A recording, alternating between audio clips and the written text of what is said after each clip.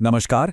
आज के इस विशेष कानूनी विश्लेषण में हम एक ऐसे विषय पर बात करने वाले हैं जिसका सीधा असर हमारी और आपकी आज़ादी पर पड़ता है। हम बात कर रहे हैं भारतीय नागरिक सुरक्षा संहिता यानी बीएनएसएस के तहत गिरफ्तारी के नियमों के। बिना किसी भारी भरकम कानूनी भाषा के एकदम आसान शब्दों में समझेंगे कि आखिर ये नए नियम क्या कहते हैं।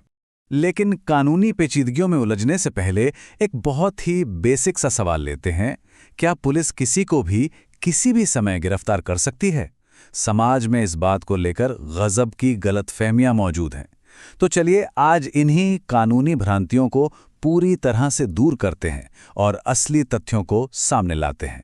ठीक है, तो आइए इस चर्चा में गहराई से उतरते हैं। हम इस पूरे ढांचे को 5 हिस्सों में डिकोड करेंगे। गिरफ्तारी क्या है, कौन गिरफ्तार कर सकता है, इसकी सही प्रक्रिया क्या है, एक नागरिक के क्या अधिकार हैं, और सबसे आखिर में सत्ता और आज़ादी के बीच शक्ति का संतुलन कैसे बनता है। पहला हिस्सा, गिरफ्तारी आखिर है क्या, यानी किसी की व्यक्तिगत स्वतंत्रता पर रोक को कैसे परिभाषित किया जाता है। दिलचस्प बात यह है कि बीएनएसएस में गिरफ्तारी शब्द की कोई अलग से विशेष परिभाषा नहीं दी गई है। असल में ये शब्द फ्रेंच भाषा के एरेटर से आया है, जिसका सीधा सा मतलब होता है रुकना या रोकना। तो अगर बहुत ही आसान शब्दों में कहें तो गिरफ्तारी का मतलब है किसी व्यक्ति को कानूनी हिरासत में लेना ताकि उसकी आज़ादी को सीमित किया जा सके, और इसका इकलौता मकसद ये सुनिश्चित करना है कि वो व्यक्ति न्याय की प्रक्रिया से भाग न पाए और हर हाल में कोर्ट के सामने उसकी मौजूदगी तय हो सके। अब यहाँ पर सुप्रीम कोर्ट के एक बहुत ही शानदार ऐतिहासिक फैसले पर गौर करते हैं। स्टेट ऑफ हरियाणा बनाम दिनेश कुमार के मामले में अदालत ने एक बहुत ही बारीक लेकिन बेहद अहम अंतर समझाया था। ध्यान से सुनिएगा। हर गिरफ्तारी में हिरासत अनिवार्य रूप से शामिल होती है, लेकिन हर हिरासत का मतलब गिरफ्तारी नहीं होता। कानूनी नजरिए से देखें तो ये बहुत ही बेहतरीन और जरूरी समझ है। अब आते हैं दूसरे हिस्से पर, कौन गिरफ्तार कर सकता है। और यकीन मानिए, यह अधिकार सिर्फ पुलिस तक सीमित नहीं है। बीएनएसएस के तहत गिरफ्तारी की शक्ति सिर्फ खाकी वर्दी तक सीमित नहीं रखी गई है। ये पावर 3 अलग अलग अथॉरिटीज के पास है: पुलिस ऑफिसर, एक आम नागरिक यानी कोई प्राइवेट पर्सन, और एक मैजिस्ट्रेट। तो ये सोचना बिल्कुल गलत है कि कानून लागू करना सिर्फ और सिर्फ पुलिस का ही काम है। अब सबसे हैरान करने वाली बात, एक आम नागरिक भी कानून के तहत गिरफ्तारी कर सकता है। इसे सिटीजन्स अरेस्ट कहा जाता है। मान लीजिए किसी की आंखों के सामने कोई संज्ञेय और गैर जमानती अपराध हो रहा है, मतलब कोई ऐसा सीरियस क्राइम जिसमें तुरंत गिरफ्तारी हो सकती है और बेल अपने आप नहीं मिलती है, तो वो आम नागरिक उस अपराधी को वहीं के वहीं गिरफ्तार कर सकता है। लेकिन हाँ, इसमें एक बहुत बड़ी शर्त है। गिरफ्तार किए गए शख्स को बिना 1 सेकंड की भी देरी किए तुरंत पुलिस के हवाले करना होगा।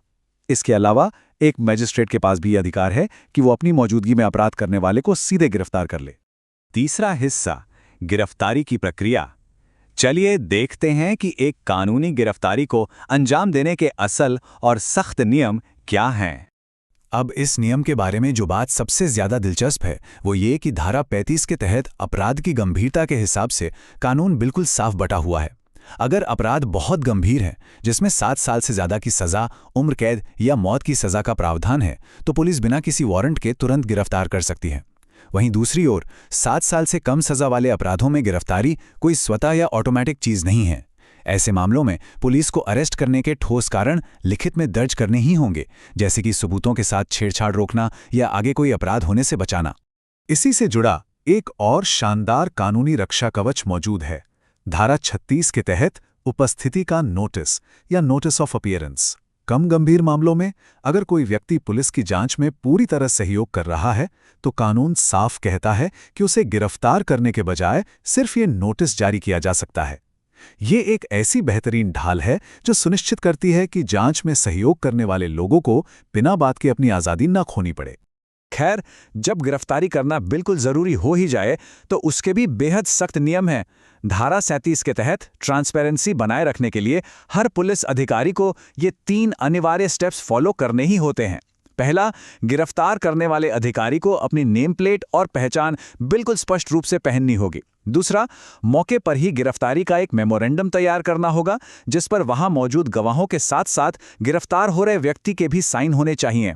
और तीसरा, पूरी पारदर्शिता के लिए इस गिरफ्तारी का पूरा ब्यौरा पुलिस कंट्रोल रूम में सार्वजनिक रूप से प्रदर्शित किया जाना चाहिए।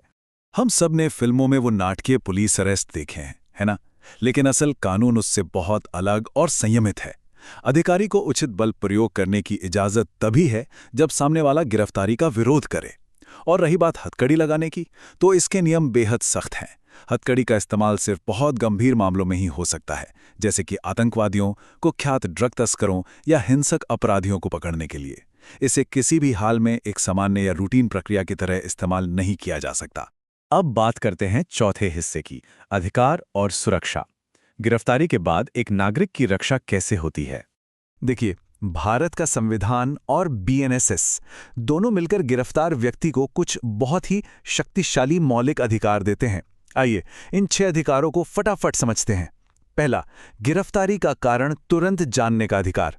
दूसरा, अपने किसी दोस्त या रिश्तेदार को खबर करने का हक। तीसरा, अपनी पसंद के वकील से कानूनी सलाह लेने का अधिकार। चौथा, अपना मेडिकल एग्जामिनेशन करवाने का हक। पांचवा, गिरफ्तारी के 24 घंटे के अंदर मजिस्ट्रेट के सामने पेश होने का अधिकार, जो कि पुलिस कस्टडी की समय सीमा तय करता है। और छठा, अगर अपराध जमानती है तो जमानत पाने का अधिकार। ये ऐसे अधिकार हैं जो हमारी पूरी न्याय प्रणाली की रीढ़ हैं। चलिए यहाँ एक पल के लिए रुकते हैं और एक बहुत ही खास और संवेदनशील सवाल पर फोकस करते हैं। एक महिला को गिरफ्तारी के दौरान बीएनएसएस विशेष रूप से कैसे सुरक्षा प्रदान करता है? कानून इस पर बिल्कुल साफ है। सूर्यास्त के बाद और सूर्योदय से पहले किसी भी महिला की गिरफ्तारी नहीं होगी। ये कानून की किताब का एक बहुत ही कड़ा और सख्त नियम है।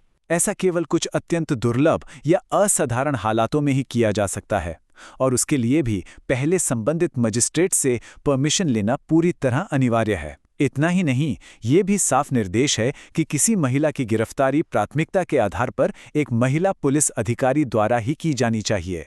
और अब आखिरी हिस्सा, शक्ति का संतुलन। आज़ादी और स्टेट की पावर के बीच का ये तराजू आखिर कैसे काम करता है? देश की सबसे बड़ी अदालत इस नाजुक बैलेंस को बनाए रखने में एक एक्टिव चेक की तरह काम करती है।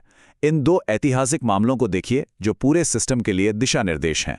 जोगेंद्र कुमार बनाम उत्तर प्रदेश राज्य के फैसले में सुप्रीम कोर्ट ने बिल्कुल क्लियर कर दिया कि गिरफ्तारी कभी भी सिर्फ शक के आधार पर या रूटीन में नहीं होनी चाहिए। पुलिस को गिरफ्तारी की असली जरूरत साबित करनी ही होगी। वहीं अरनेश कुमार बनाम बिहार राज्य के मामले में अदालत ने सख्त चेतावनी दी कि मामूली अपराधों और वैवाहिक विवादों में ऑटोमैटिक गिरफ्तारी का कोई स्कोप नहीं है। ये दोनों फैसले पुलिस की मनमानी शक्तियों पर सीधा और बहुत प्रभावी ब्रेक लगाते हैं।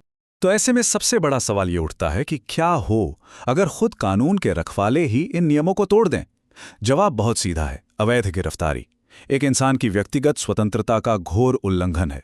अगर कोई भी पुलिस अधिकारी इन नियमों को ताक पर रखता है तो उसे इसके बहुत गंभीर और वास्तविक नतीजे भुगतने पड़ते हैं। उन पर मुकदमा चल सकता है, सख्त विभागीय कार्रवाई हो सकती है और यहां तक कि सिविल लाइबिलिटी यानी भारी जुर्माना भी भरना पड़ सकता है। कानून से ऊपर कोई भी नहीं है। इस पूरी चर्चा को समेटते हुए आइए एक बहुत ही गहरे सवाल पर विचार करते हैं। एक ऐसे विशाल लोकतंत्र में जहां व्यक्तिगत स्वतंत्रता सिर्फ एक सुविधा नहीं बल्कि एक मौलिक अधिकार है, हम ये कैसे तय करें कि गिरफ्तार करने की शक्ति कभी भी जुल्म करने का हथियार न बन जाए? बीएनएसएस और हमारा संविधान मिलकर यही बैलेंस बनाने की कोशिश करते हैं। लेकिन ये संतुलन बनाए रखना सिर्फ किताबों का काम नहीं है, बल्कि एक जागरूक समाज की भी जिम्मेदारी है। उम्मीद है कि इस कानूनी विश्लेषण से गिरफ्तारी से जुड़े नियमों की एक बहुत ही साफ और बैलेंस्ड तस्वीर मिली होगी।